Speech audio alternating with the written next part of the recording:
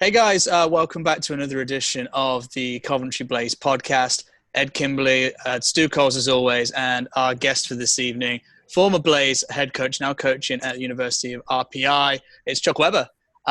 Chuck, it's been far too long since we spoke. Thank you so much for taking the time to do this. It's really appreciated. And anytime you get to talk to any, whether it's an athlete or a coach or someone who's at the top of their game and is passionate about what they do, you learn so much, and it's always a lot of fun. So really appreciate you taking the time out to do this with us, man. It's awesome. I'm looking forward to it. The Blaze have done a great job kind of reliving 2015, getting a chance to kind of see that. And there's definitely some good stories, and it brought up some great memories and stuff last weekend. And then kind of being able to share them a little bit with EJ, since he was the year later kind of thing. So it was kind of neat for him to see all of that. It's always fun. I'm looking forward to catching up with you guys here. Yeah, it's going to be awesome. Stu, do you want to jump right in and hit that season up? We saw the game on Easter Sunday, and then Easter Saturday was the semifinal. Yeah, so we streamed the two games over the past weekend on YouTube. And I'm sure we've covered this before while you were here, but there's a few fans who are a bit newer, and so won't remember your time with the Blaze. Maybe just start right at the beginning. Like, what did you know about the club before you came? Like, what sort of interactions you had? And I think you spoke a lot to James Pease, but what did you find out before you came here?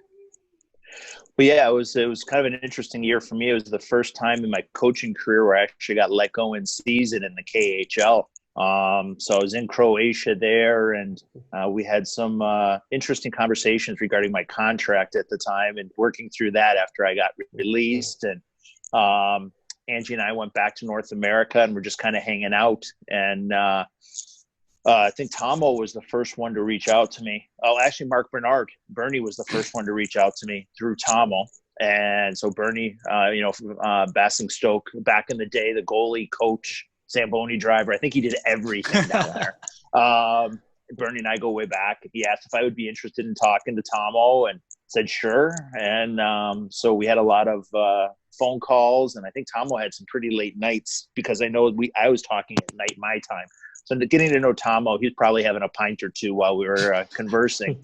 And we just started talking hockey, talking shop. Tomo was in Denmark at the time, I believe, coaching. And then Peasy got involved, and we started chatting, and they made me an offer, and I was like, well, let me think about it. I ended up downloading 2, 3, 4 games and watching those in full just to see what I was getting into.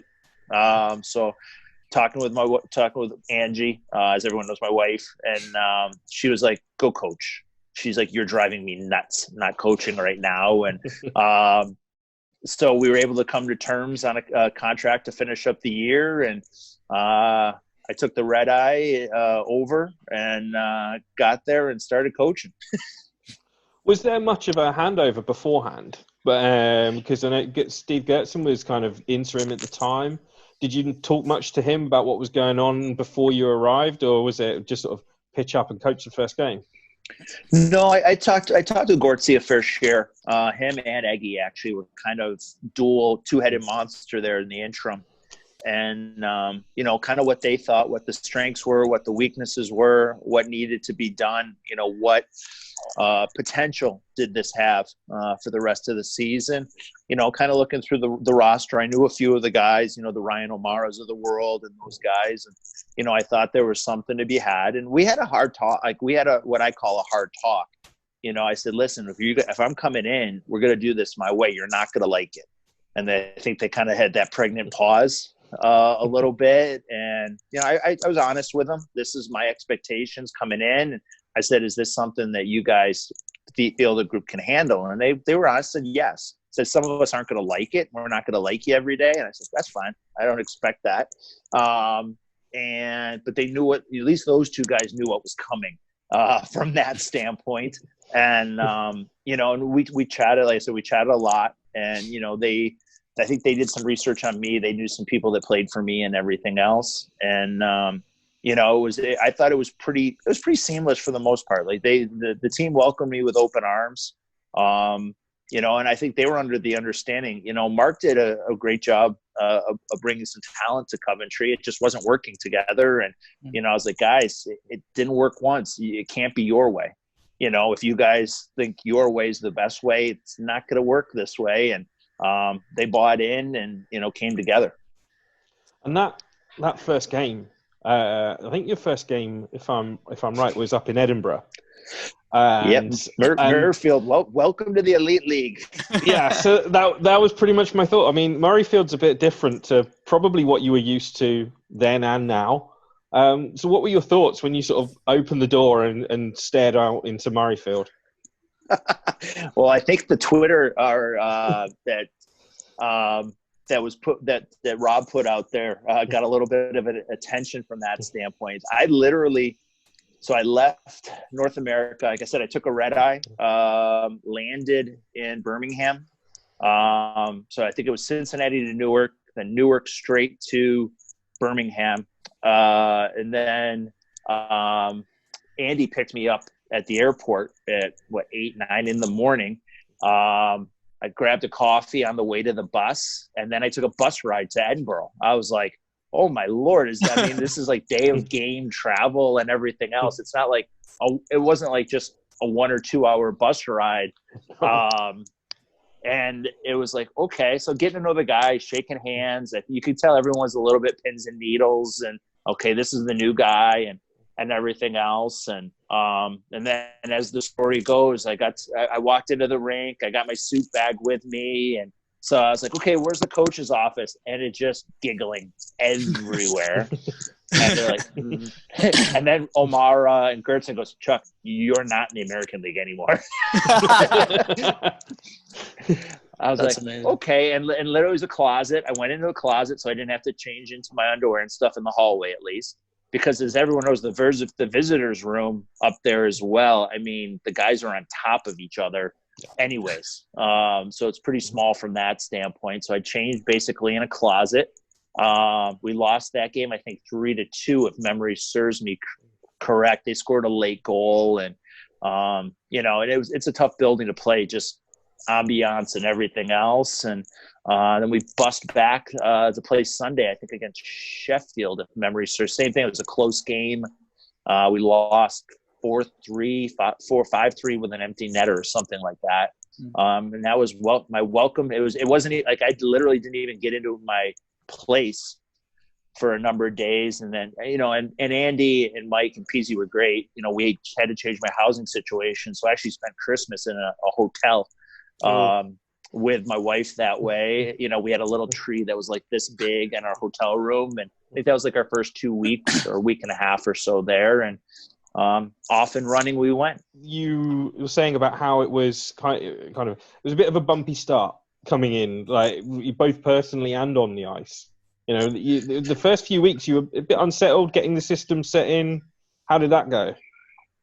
Yeah, I mean, the first couple of weeks, there's definitely the feeling out process. I'm trying to get a chance to know the guys, what makes them tick, what are their anxieties, what are their hot buttons, and you're trying to get everyone as an individual.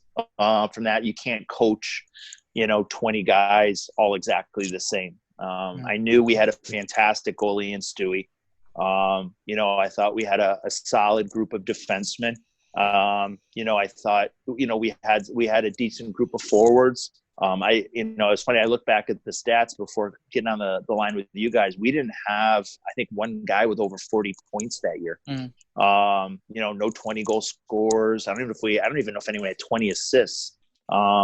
So we were definitely a scoring by committee team, and Stewie gave us a chance. The system stuff, and it was just as much a culture change, I think, a little bit and it wasn't the guys lacked work ethic.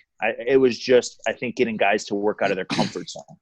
That was the biggest thing that group had to adapt to. I think they were talented enough to stay in games, but they weren't talented enough to win games just on talent alone. And I think when we kind of hit our stride was when we were out competing teams. They picked up their level of compete. They picked up their level of conditioning. And I think that was the biggest difference because we didn't have as big a bench as pretty much every other team in the league, especially the ones that are down south. But I think what it paid off is the guys kind of bought in, and as Eggy used to always say, they embraced the suck, and and that paid off for us. The guys bought in, and that was the difference. Like we couldn't have stayed the status quo and achieved what we did as that season went on. Wait, embrace the suck was a Mike Egner thing. I thought that was a Chuck Weber thing. Well, it was mine, but Eggy is the one who brought it out public. That was something that was left in the locker room, and then Eggy brought it out, but went public with it from that standpoint. And it wasn't easy. Like we skated, like practices were hard. We did battle drills. The guys kind of had to maybe revert back to earlier, for some of them earlier in their careers, when playing in the American League and stuff like that. And, I think the guys knew that I respected them. I respected, I said, guys, you put the work in and you'll have no problems with me. And they did. And, again, throughout that year, they didn't like me all the time, and I'm fine with that. That's the nature of the business. They knew all the time too. I always loved them. I didn't always like them. And we kind of use that as a coaching cliche. It's kind of like your kids. You always have to love your kids, but you don't always have to like them. And that was kind of like that at times with that group as well. And, we worked through a lot of things from that standpoint. I think that's the best way I've ever heard it described. Honestly, because like a coach's job's not necessarily there to be liked. It's if they like you, you're in trouble. If your players like you, like genuinely like you and not respect you, maybe you're more of the friend than the big brother or the dad kind of figure, for lack of a better term. You won't last long. Yeah. Unless your team is so self-motivated that makes up for it. And there's very few teams that can probably that have had success that could say that. And most coaches would probably would agree to that as well. Yeah, because you hear the term bandied around, players coach, right? Does that make the line a little blurry, or how does that kind of work? Well, I think there's a misconception. There's a misconception of what a player's coach is, in my opinion. I think a good player's coach is one that the players know that the coach cares about them. I think that's a player's coach. I think that, in my opinion, a player's coach isn't one that's always positive, isn't always nice, isn't always rainbows and sunshine and everything else. But I think like anybody that's worth their salt, they want to be pushed. They want to find their maximum. They want to be coached. Even like guys like Gortson and O'Mara, who, played in the best league in the world, wanted to be coached. They wanted to know, why did you want this done? Why are we doing that?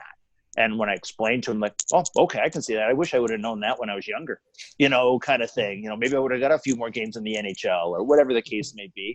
But yeah, that's what a player's coach is. A player's coach is one that the players know that he cares about me. He wants me to be better. He's doing what he's doing in my best interest, not his best interest. I wanted to move on to when things kind of turned around, but I know I've jumped ahead of you, Stu. Have you got anything in the timeline? No. We're sort of chronological, but not really. Yeah, we can. Because you guys keep kicking questions, and I'll keep rambling. That's fine. I was joking with Tomo years and years ago when I first started doing the media stuff. And I joked with him once, I could ask you just what your favorite kind of biscuit is, and you could just talk about that game for an hour. and it was true. It was so true. Tomo's a great man that way. Tomo and I had a lot of great conversations, and especially during that playoff run when he was coming back, when he came back. If I knew he was sneaking back to Sheffield, I wouldn't have shared so much stuff with him. But no, like I said, I have nothing but the utmost respect for Tomo and coaching and everything else along the way. I like the way he goes about his business. But anyways.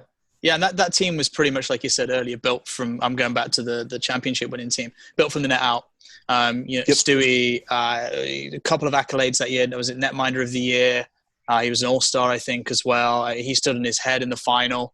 Apart from when he went AWOL to get his stick, but I think we've all forgiven him since. Yeah. Going to get Stewie was funny that way. You had to let Stewie be Stewie. Ways to say it. And times during the week in practice, I know Stewie wasn't at his best and stuff like that, but he was a gamer.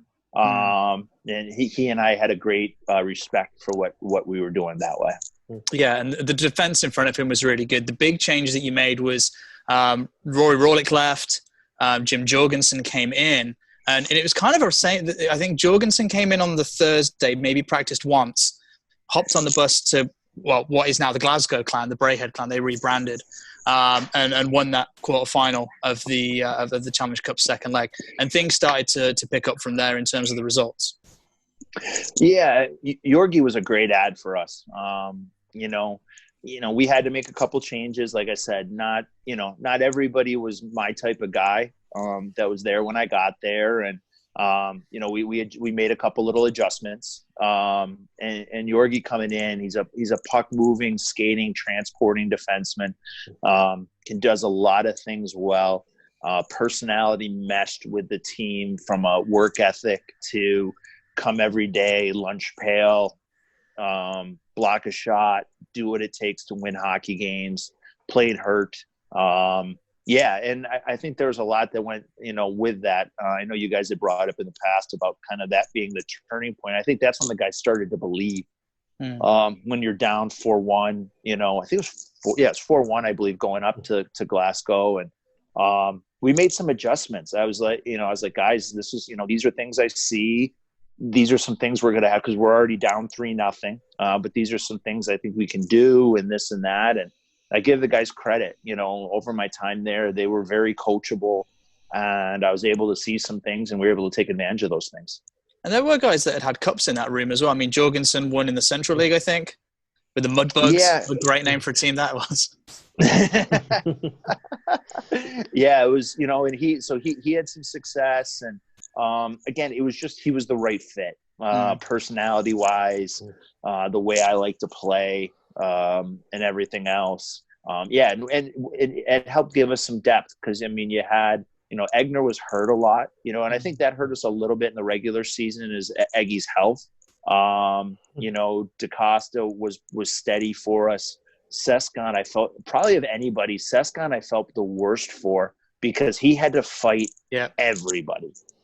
And I remember one of the times he was on his second or third fight in Cardiff. And I was like, is there anyone on that team you haven't fought yet?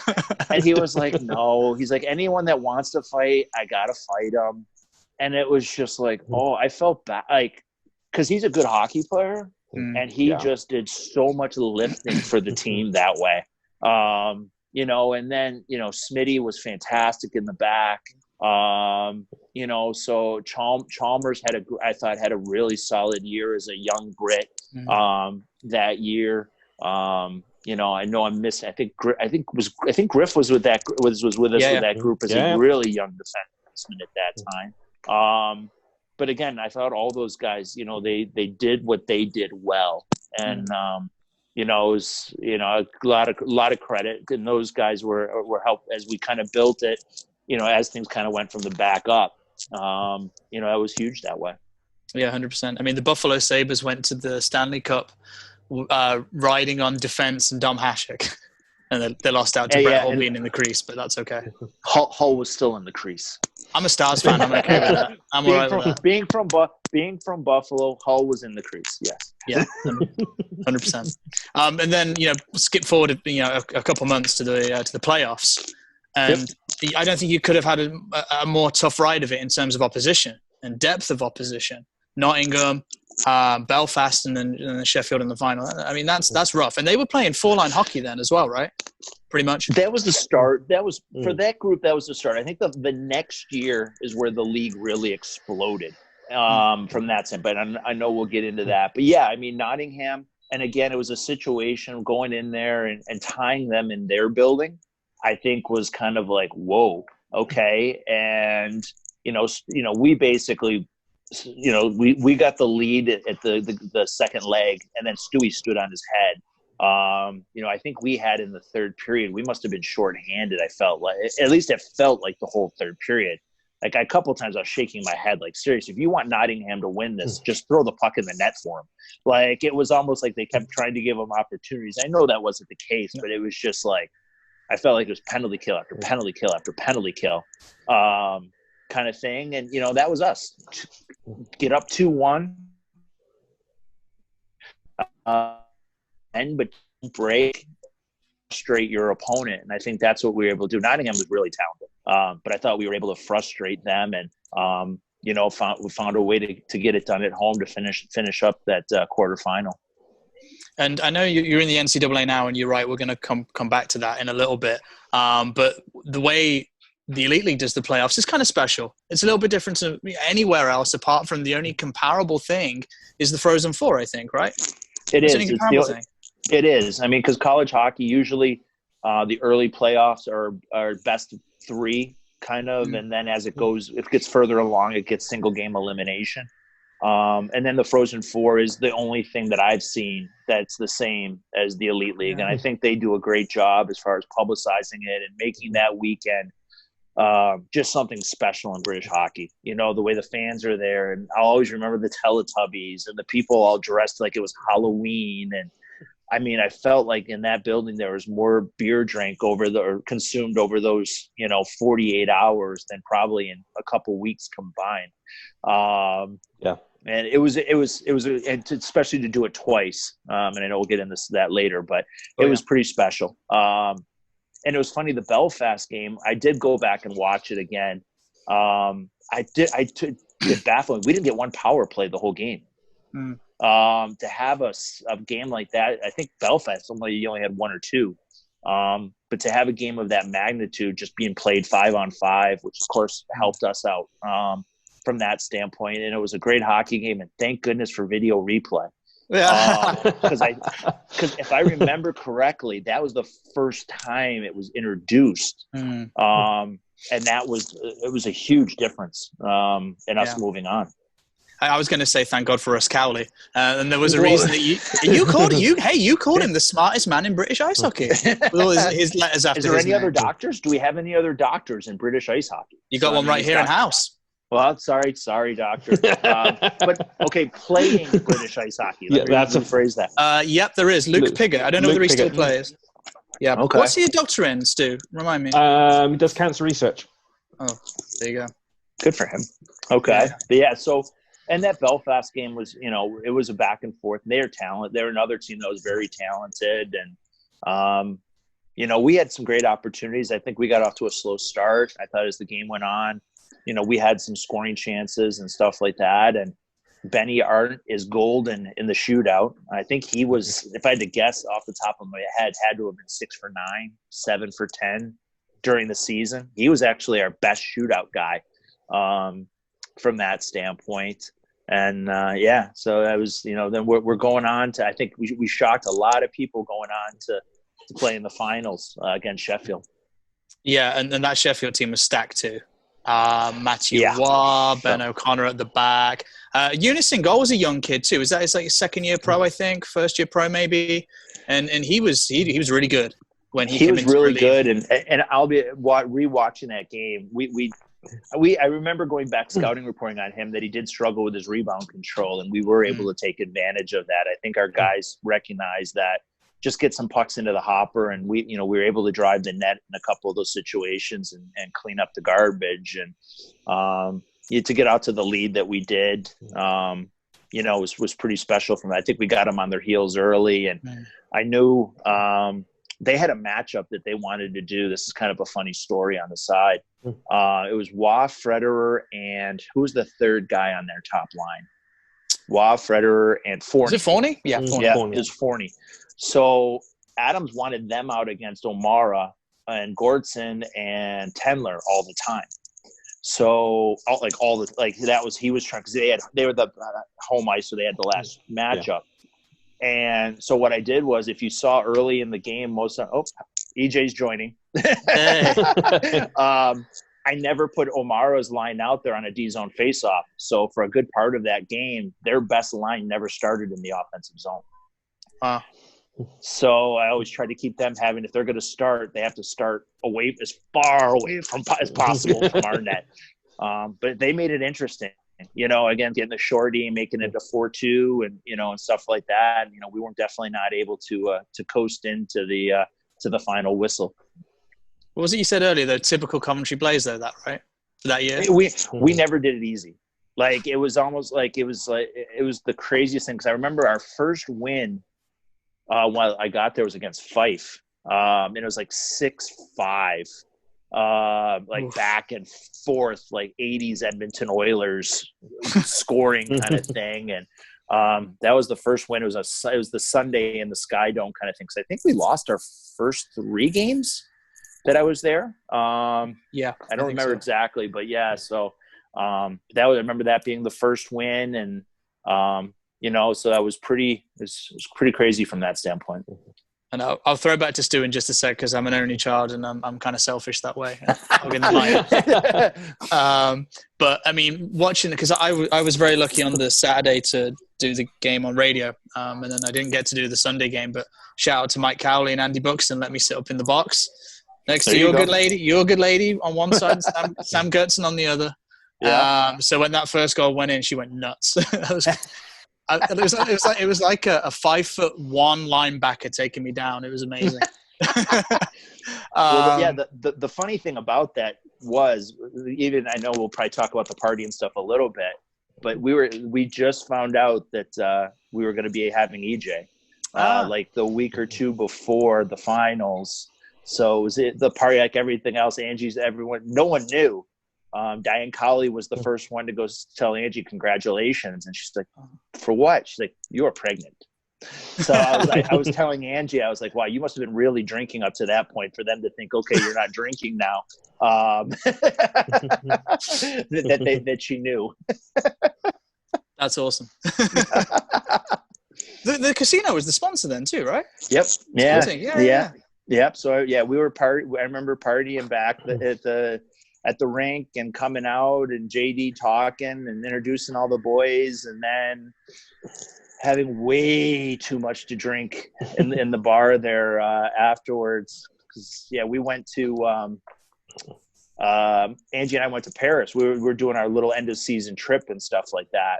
And I didn't feel she didn't feel good because of morning sickness, and I didn't feel good because I drank too much. And we did our exit meetings the next day with all the boys, and it was like, how many of you guys threw up? And just arms kept going up. That's from that standpoint. Yeah.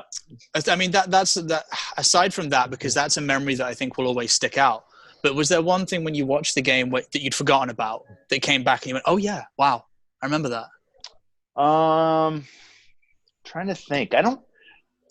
Mine was weird while you think, so I put you on the spot. Okay. Mine was Jakob Schindel taking like 2 shifts in that semi-final, and I think it was his knee, and then the lines got mixed up a little bit. Ross Venus, was playing up and down the lineup. He played top line, then he played on the third, and I'd forgotten about that. I forgot about, bless him, Jakob. He's a good guy. And I think the biggest thing that probably reminding me of was the selflessness at the end. Guys like Tanaka, Tendler, who weren't playing because we had one extra import at the time. So, I had to make some tough decisions as far as healthy scratches at the end of the year and stuff like that. And I know Jeremy went through a tough time with me from that standpoint of what my expectations were. And, he was a guy, he's like, I'm a goal scorer. He's got the flow going, and he's like, I just want to play hockey and score goals. And you want me to back check? You want me to defend? What? Kind of thing. And I was like, Jeremy, this is my level of accountability, blah, blah, blah. And, I think he's still playing last I knew. Yep. Yeah. Agree. And then Kale was the same. Kale was the situation you work hard.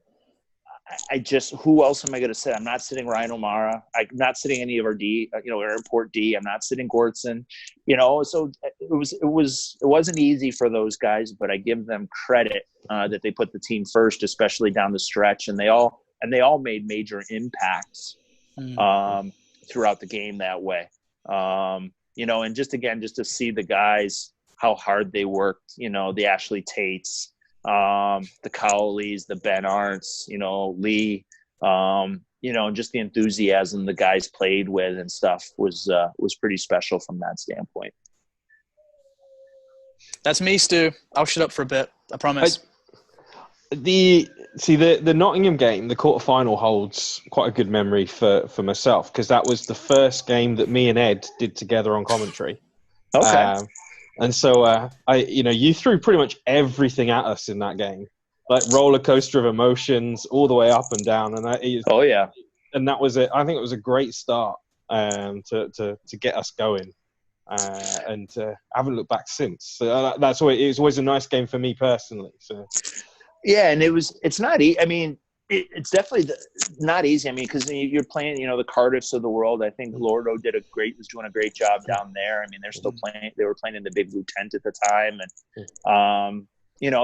having to play Nottingham and Sheffield, and the quote unquote the bigger budget teams. More so, I know the league's gone through some kind of trying different things from competitive balance. I think at one time they went with the big teams, the middle budget teams, and the lower budget teams, and they tried some different things trying to create balance and stuff like that. And that year wasn't balanced. You played the big boys and get after it, kind of thing. And especially from a budget standpoint, it wasn't on an even playing field. But you know what? I give Andy and Mike and Peasy at the time all the credit, because they wanted to make it work, and they told me, "Here, this is what we have, and this is we want this to work. If you can make this within what we have," and I was like, "Sure." So I mean, they gave me everything they had, and as a coach, that's all you can ask for. That, and I felt those guys as an ownership group, as a leadership group, helped kind of steer the ship that way to maximize everything that we had at our disposal. That kind of takes us on to almost like recruiting, maximizing everything you've got. That following year, almost strangely, because there was, from a playoff winning team, there were so few returners coming back 2015, 2016. And I know part of that is through retirement, because there were a lot of guys who were retiring. But yes. What about the other guys? I mean, what was your sort of thinking around building that new roster? Well, I think the biggest thing was I was getting this sense. I think Tomo had gotten hired in Sheffield. I knew I'd heard the rumors with Cardiff being bought by the big group in Calgary and the money they were going to be putting in, and with the new rink going in. We know Belfast is Belfast. And I knew Corey wasn't going to be happy losing in the quarterfinals. Kind of thing. And so you started to hear more floor-line hockey. I think, did they bump the imports? I think even maybe one. I'm trying to remember. I think they might have bumped the imports that year even. And so some of the teams that were able to just say, okay, we'll add more money, and we had our budget. A number of guys too, even guys, the younger guys, were going back to join the real world, like the Ben Arndts of the world, the Leasy. Those types of guys were going back to use their degrees. Omaro, we knew, was going into the real world. Gortson was late. He went the whole summer. Actually, we weren't sure. He was probably late July, early August before he finally said, "Listen, my family, we just can't do it again." So Peasy and I were kind of holding up money in a spot and stuff like that for him until late in the summer. Because you're going to take him back at any time, kind of thing. And then some other guys, I think we just made the decision. It's like, we were a sixth place team. We were trying to upgrade, because of how important the regular season is in the UK, which is different for me. Like as everyone in Coventry, I think, has seen, I've always built towards the end of this for the end of the season. And that's kind of how my process has always been. And, there's definitely a structure to that, and you take your lumps during the regular season at times to prepare for that. And that was probably an adjustment on my part. That was an adjustment I failed to make properly, because I was just used to that's how you play hockey. And for me, the UK was just so different, because it's really the only league in the world, if you guys can correct me if I'm wrong, where the regular season means everything. Yeah, pretty much. No, we're at. Yeah, so it's definitely a different animal, and we typically, hi EJ, and we definitely, and some some teams came in early, because of the Champions League, some of the teams had a little bit more money to spend on extra training camp and stuff like that. We brought the guys in, I think, a week before the start of the season, kind of thing, and got right after it. So it was just, but that was the way we did it, and it was fine. So, we made some tweaks, we brought in some guys. And I think, again, it's just like anybody, a number of those guys hadn't played for me before. I think Brett Robinson was the only one that had played for me before that of the guys that we had brought in. And so that he knew what he was to expect. And some of the other guys, I think it sounded okay until they started to live it.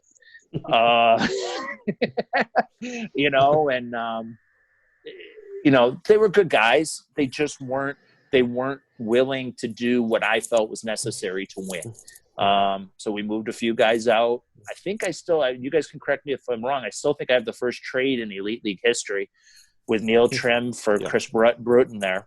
Quote unquote trade. And I made a couple, I won't lie to you, I made a couple mistakes. There's a couple guys that I brought in that I thought you put them within this culture, they'll blend to the culture, they'll embrace it. And they just weren't willing to get out of their comfort zone. And it's nothing against them. It's, and I'll be the first one to admit that, I made a couple mistakes with some guys. But I thought all in all, we were able to tweak some things and, again, kind of get going towards the end of the season there and qualify for the playoffs and everything else. And, we put another decent run together. And it wasn't just guys sort of not embracing the culture, but there were quite a few injury problems and things that season as well. So, there were, if I was looking back over the Elite Prospects roster, that roster's like nearly a screen long with the amount of guys who played for the club that year. Yeah, and again, I give Mike and Andy and Peasy a lot of credit for allowing me to kind of go out and try to have to find some guys. We brought in Petrus, brought in Walker, brought in, like I said, made the trade for Brian, and that was a huge mistake by me with Chris. Chris and Kevin Noble, I was recruiting together, and I made the decision to go with somebody else over Chris, and I basically, after the first week, I went, I made a mistake on this one. And he went on to have a great year in Glasgow and was huge for us at the end. He would have changed the culture of us because of the nature of him. And that was a mistake I made from that standpoint, not getting him right out of the start. But yeah, we were able to add some guys. Walker, we added in late in the year. It was a score. We brought in Nicky Foroff there, the little guy. He got hurt, I think, after one or two games. And we had a lot of guys that were banged up. Stewie's body was starting to break down on him a little bit. He was playing games, but we were duct taping him together at times. And we were literally doing it with some of his equipment at the Continental Cup. That probably hurt us in the game against the Polish team there. We should have won that round of the Continental Cup. So there's a lot of wouldas and couldas and shouldas, and it's always good to reflect back that way. So the big what if for me, playoff final, what if Brett Robinson doesn't go down with that injury in the first period? Do you reckon the Blaze got it? First shift. It's a different game. He was our best player, arguably our best player. Played hard, won game, and I was really happy that was probably one of the things that pleased me the most in the big picture with my time in Coventry was guys like Noble, Petrus, Robinson stayed and became mainstays. Guys that I brought in and stayed after I left and were able to be, positive contributors to the team and the organization and everything else. But yeah, losing road, especially because Nottingham was so deep. They had guys on their third and fourth line that were like, "Are you serious right now?" I was it was just one of those things. And we just couldn't get going offensively. I think if I remember correctly, I had to play David up front a little bit in that game, and I was rolling 8 forwards for a good part of the game, and because we never went to 4-line hockey. We were always kind of that 10 and 6 from that standpoint. We weren't able, we just, from a budget standpoint, we had to make the decision. We decided to spend on that group that way. And yeah, so losing Brett, I remember Brett just crying in the locker room afterwards, because I don't think he had been to the final since we won it together in Cincinnati in 2010. At that point, he didn't know if he's ever going to get another shot like that. And yeah, I was disappointed. But that was another one that year was not expected.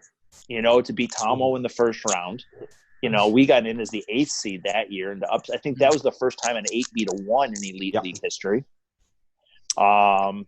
So to do that, and then what we did to Cardiff in the semifinals.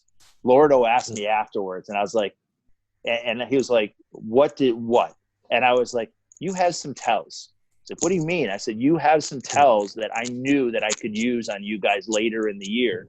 And we made 2 or 3 system adjustments, just tweaked a couple of things. And he was like, we could not do a thing against you guys. I'm like, I know. Shout out at this point to Rob Playster, because he tells that story very, very well. And I told Lordo after the fact, what it was and a couple things, because I wasn't coaching against him anymore and stuff. And again, it was a credit to the guys. We had that week of practice, and they were probably looking at me like, because we struggled with Cardiff that year. I still think it's probably the greatest trivia question now in Elite League history will be who has the last win in the Big Blue Tent.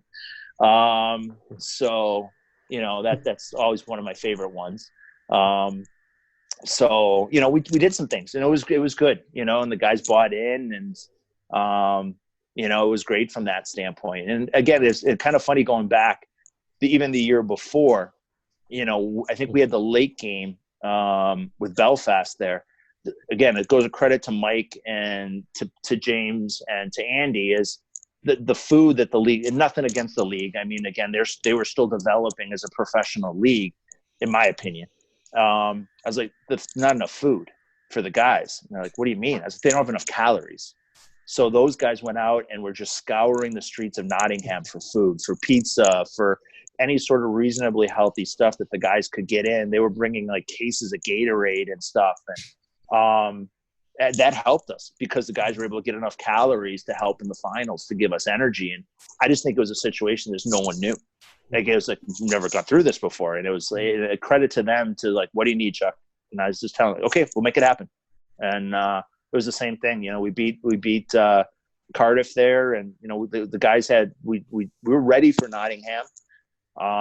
They put on that push in the first period, and again they got ahead of us, and we could just never play catch up. Again we were unfortunately offensively we were better the second year, but just still wasn't enough. Nottingham was a deep team, and credit to Corey with what they did that year.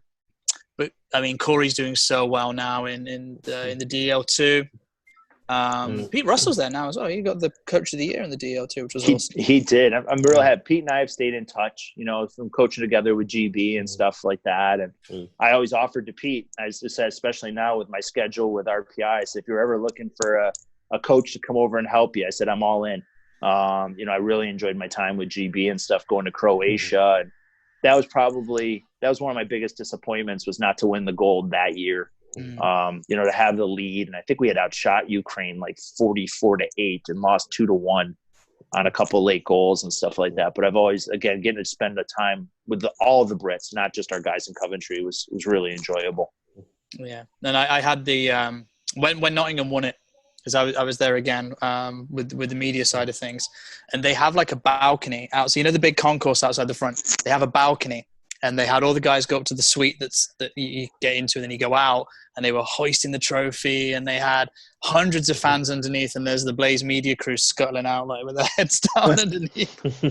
Sorry about that. No, hey man, you gave us 2 incredible years. Well, one and a bit incredible years, and silver at a time where after the glory years had faded a few years, a few years back. And there are a lot of people that, Chuck Webber still talked about. Yeah. 5 years on. Coventry was the first place I ever had a song about me. So it's still the only place that I've ever had a song with my name in it. So Yeah. that was pretty special. I mean, they were cheering one more year a couple times actually. I think they did it even after that final. Yeah, and it was one of those things. The opportunity to get back to North America and get to the American League again and stuff like that, and get close to the NHL was pretty. Was too intriguing to do especially from a family standpoint. Oh yeah, because you're a New Yorker, right? And so literally Rochester. Yeah, the Sabres are the team I grew up with, and then Rochester, where I was coaching the American League, was an hour from my hometown. So it was just too good of an opportunity from that standpoint. Yeah, and you did a quick spot on the coast in Georgia, good old Atlanta, and then you're back in New York again in RPI. Yeah. Atlanta was a situation. Unfortunately, life of pro sports, our GM in Buffalo got fired. I still had a year left on my deal, so I could have sat out the year. And Atlanta called, and they hadn't made the playoffs in like 5 years. And they were looking to change their culture and stuff like that. And I guess I was starting to get a reputation as being able to do that. So I went down there and we made the playoffs. Unfortunately, lost in the first round, but I think it's the only time they've made the playoffs now in 7 or 8 years. So it's definitely special. And there's still a number of guys down there that are still playing from my time. And they went through an ownership change and stuff like that. But the Gladiators, it was definitely enjoyable for that year. And then RPI called. Dave Smith, head coach at RPI, reached out to me towards the end of the season and asked if I'd be interested in making the change to college hockey after 19 years of pro. So they flew us up and we toured around and stuff like that. And we said, let's do it. So now we just technically finished year 2, even though we didn't get the chance to finish the year like you guys.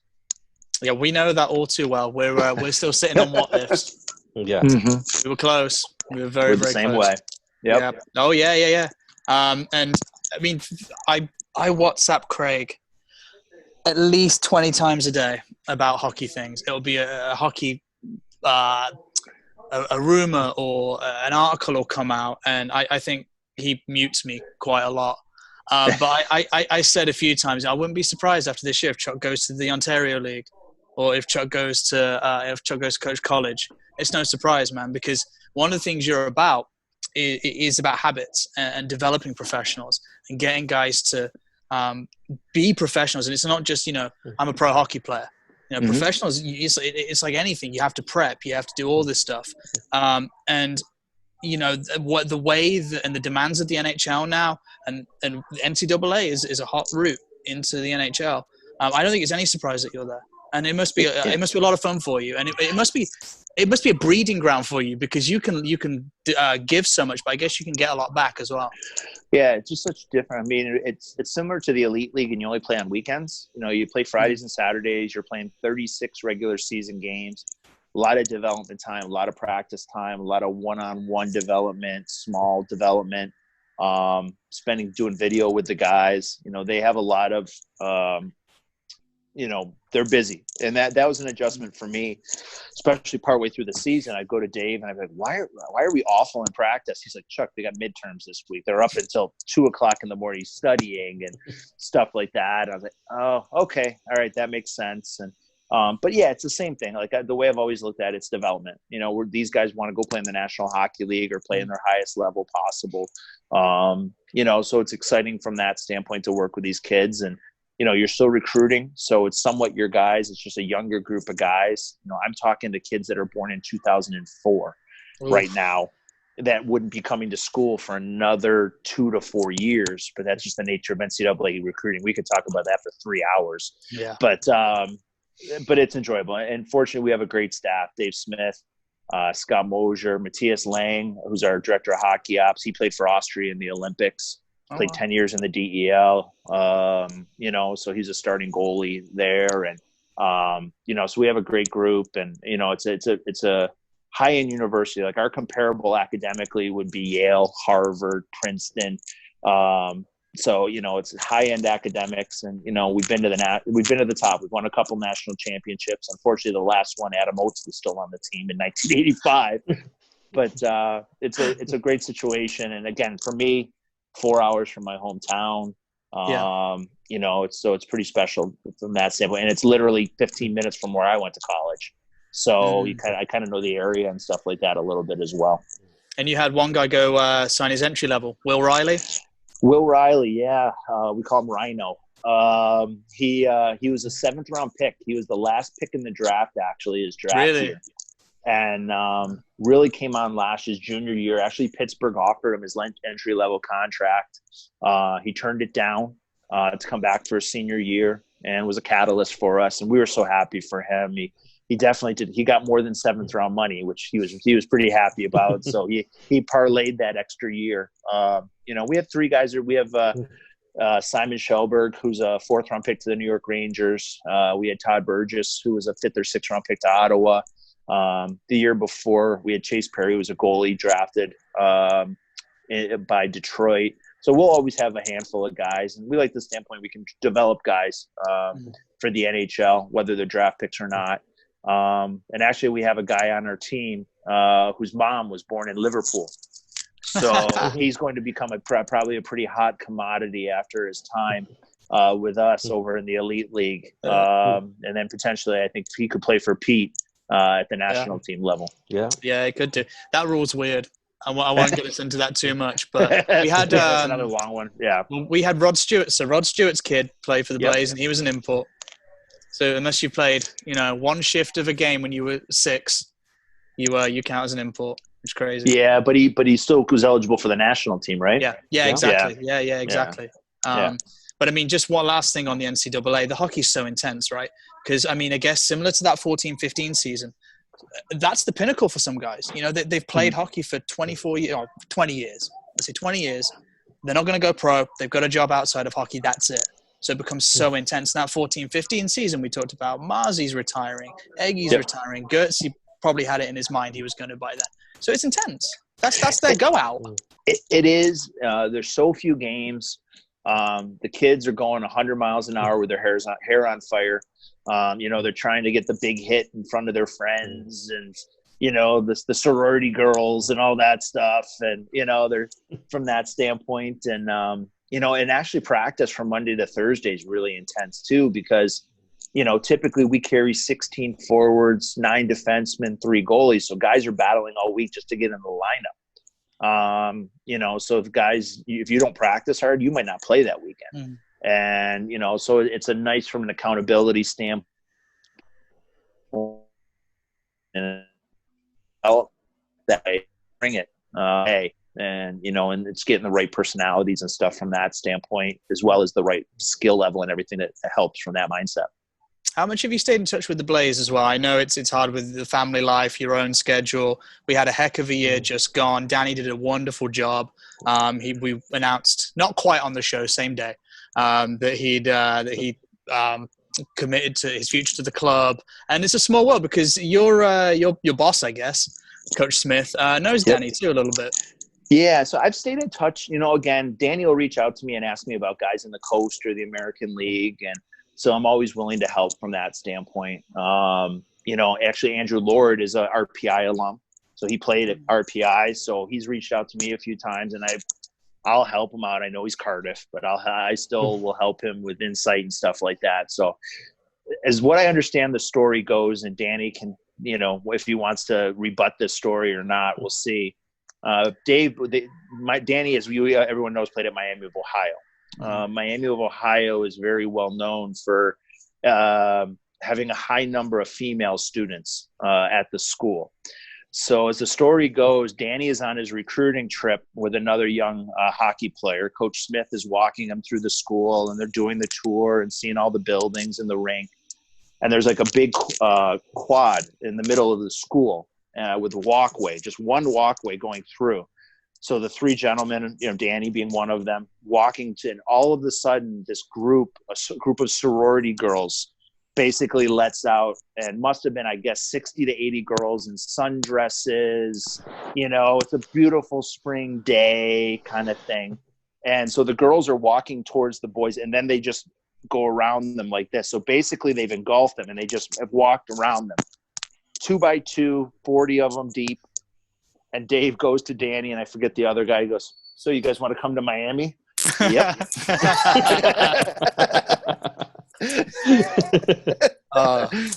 So pretty funny. It's definitely a small hockey. Geez, hockey's probably 2 degrees of separation. You know, what they say that 6 or 7 degrees typically in life you can connect everybody. Hockey's 2.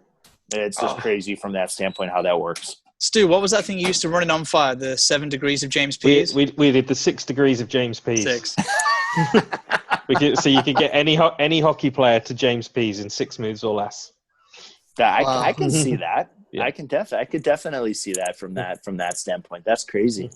Good old Peasy. He was jumping on with our beer league team to try and get the rust off ahead of Ross Venus's testimonial this year.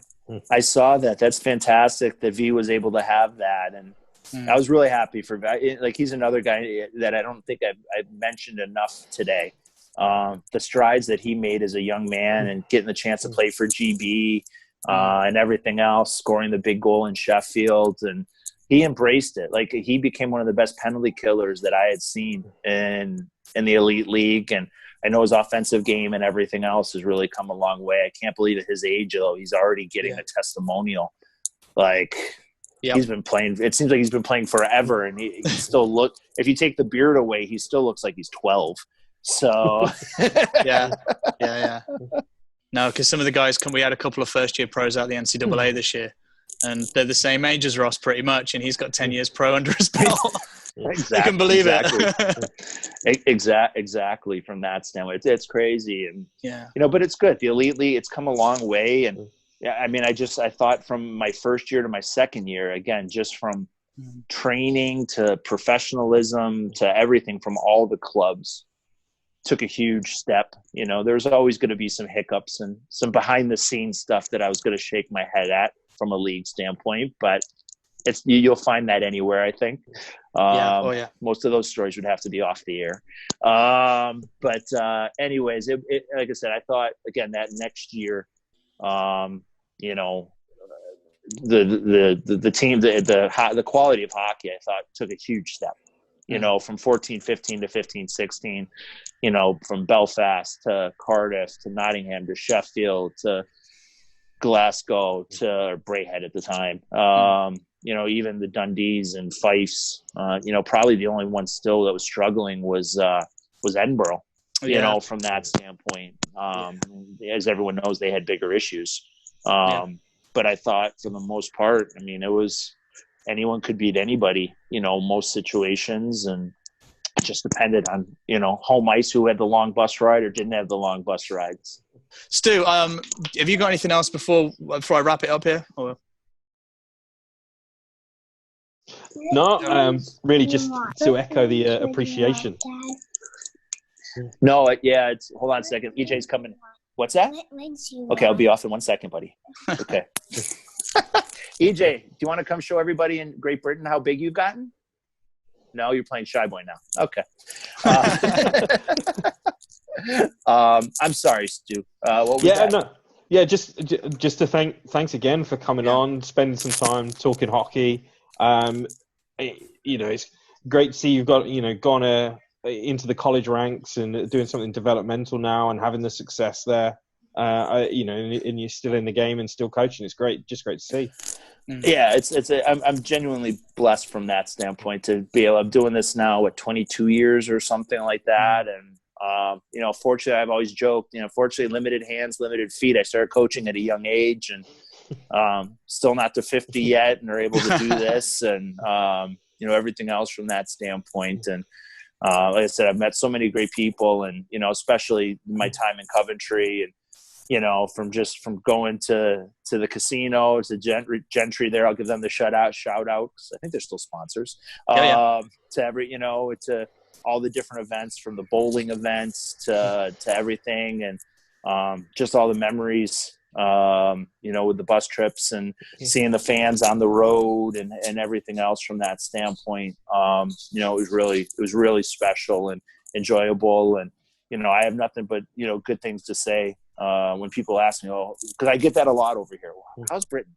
Like, what's it like playing over in the elite league and stuff like that? And especially when I was in the coast and back in the coast and stuff, like guys would ask me. And so I said, I enjoyed it. I really did. They're very happy memories from that standpoint. Yeah. And what's next for you, Chuck? Have you got any more time with RPI? Are you thinking about taking the head job again somewhere? What's next for you? Yeah, you know what? I'm loving my time at RPI. So it's been great working with Dave. I would have failed if I would have gotten a head job in the NCAA straight out of coming from pro. I would have failed. There's so much to the NCAA and life that goes along with universities and stuff like that. So the goal is to be with Dave and RPI here, continue to grow the program, and eventually get a head coaching job, again. I've had some offers to go back to Europe and things like that, but that's just not the move right now for me, with the family and everything else. So, I kind of want to give this college thing a try for as long as I can. And you're always open. If the NHL or the American League came calling, you'd always have to consider it again. But I'm really enjoying what I'm doing right now, and trying to make the most of that every day. This has been so much fun. I love doing this. I think I rambled at the beginning, but I mean it. I mean, I watch a lot of podcasts, and when you have, no matter what they do, I mean, I talk to Stu sometimes about what he does, and I will go to one of your lectures, Stu. I promise you. Yeah, I promise you, when all this is over, I'm coming. When they're actually going back again, you come along. Yeah. And Actually, I went and talked at Coventry University my last year there. I did a guest lecture there. Oh yeah. So I remember doing that. I got a picture somewhere of me standing in front of the class, rambling for an hour, going like, well, how am I going to do this with hockey, the education? And it worked out okay. Yeah. Was that a Cowley thing? Is that because of Russ? I don't remember how I got involved with it. I just remember being asked to go address one of the business class, the master's classes for business, and Petrus was in it, and a few of the other guys that way, and so it was definitely it was fun, and again, a couple other guys like Kevin Noble's the guy I didn't talk about. He was unbelievable to coach. I got a good. If you guys got a second, I got a good Kevin Noble story for you. Yeah. We got time. Okay. So, did you guys realize how many times did Kevin Nobles get thrown out of the game at the end of overtime? Does that ring a bell that you've seen Kevin in an overtime before a shootout get thrown out of a game? No. Okay. Think about when the year with me, and he told me what I picked this up like the second or third time he did it. At the end of, if we got less than a minute left in overtime and one of their best scorers was on the ice, he tried to get a matching penalty so the kid couldn't take a shootout shot. He would purposely get thrown out of the game with the other guy going. And then I was like, are you doing this on purpose? And he goes, yeah, you figured it out? I'm like, Kevin, I'm not. He's like, yeah, I'm just trying to help the team. I didn't want their best guys being able to shoot in the shootout, so I figured I'm not going to shoot, so I'll get a coincidental penalty with them and get thrown out of the game. Okay. Only Nobes. One of the most intense kids I've ever had the pleasure of coaching. He was enjoyable that second year. And again, like I said, I was glad he was able to stick it out. So that was a pretty funny story. There's so many stories, but you can't do them all in wherever, how long we've gone. I don't even know. This has been so enjoyable just to hang out and talk. So yeah, we can do this again. We can do it because I mean, I said that, honestly. I said this to Danny. I said, the amount of time we had this, me and you did this. So Chuck, tell me about that third period. The power play went 1 for 4, but that was a big goal. It's question and answer. We never just talk. Me and Stu do. There you go. There's nothing wrong with that. Yeah. But what I was going to say was, I mean, when you have someone who's at the top of their field, no matter what it is, sports, science, music, and you get to just grill their brains about what they do, it's always amazing. And I hope we've created something enjoyable for everybody at home to watch or listen, however you're going to digest this. And again, Chuck, for me, Stu, Craig, everybody, thank you so much for the memories, for the silver, for this. And it's great to see the EJ's doing so good. Pass our best on to Angie and the dog. Molson, yes. Yeah, the American has a Canadian beer dog. That's okay. Yes, the world traveler that Molson is, yes. So, yeah. So family is good. That's good, and hopefully everybody at home is washing their hands, staying safe, staying home, and the more we buy into that and we embrace the suck, we can go back to watching hockey. Exactly. Yeah. So as soon as we can from that standpoint. So I'll always be a Blaze. Like I said, always be a Blaze fan and bleed the blue. And I have my picture. I have the picture of the banner on my phone and all that good stuff. And that the big promotion thing that we did back in the day with that huge image of all the boys in the background and me in front, all that fun stuff that we did. I give those guys a lot of credit. Like I said, the front office was fantastic. From Rob and what he did, and with Coleman and, Sarah and everybody else, the small staff that they had back in the time, and how hard everybody worked. Like for me, it was enjoyable because how hard everybody worked. So it's like, everyone's like me. They just like to work, and how hard you guys prepared for the interviews and, broadcasting the games and everybody else. And I always enjoyed being around people that had passion and work ethic and wanted to do the best for the fans. And I always felt the Blaze organization did everything they could that way. Well, an awesome way to end. And that's you'll be glad to know that's how it is now. So Blaze fans, Blaze fans, everybody else watching this, thank you so much for tuning in. Like I said, stay in unless you have to go out. Listen up, because I want to go commentate on some hockey again. And Stu wants to go deaf in one ear from me talking to him too much. So thanks again, Chuck. Guys, let's end it there. Thank you so much. Take it easy. Thanks again, everybody. Appreciate it.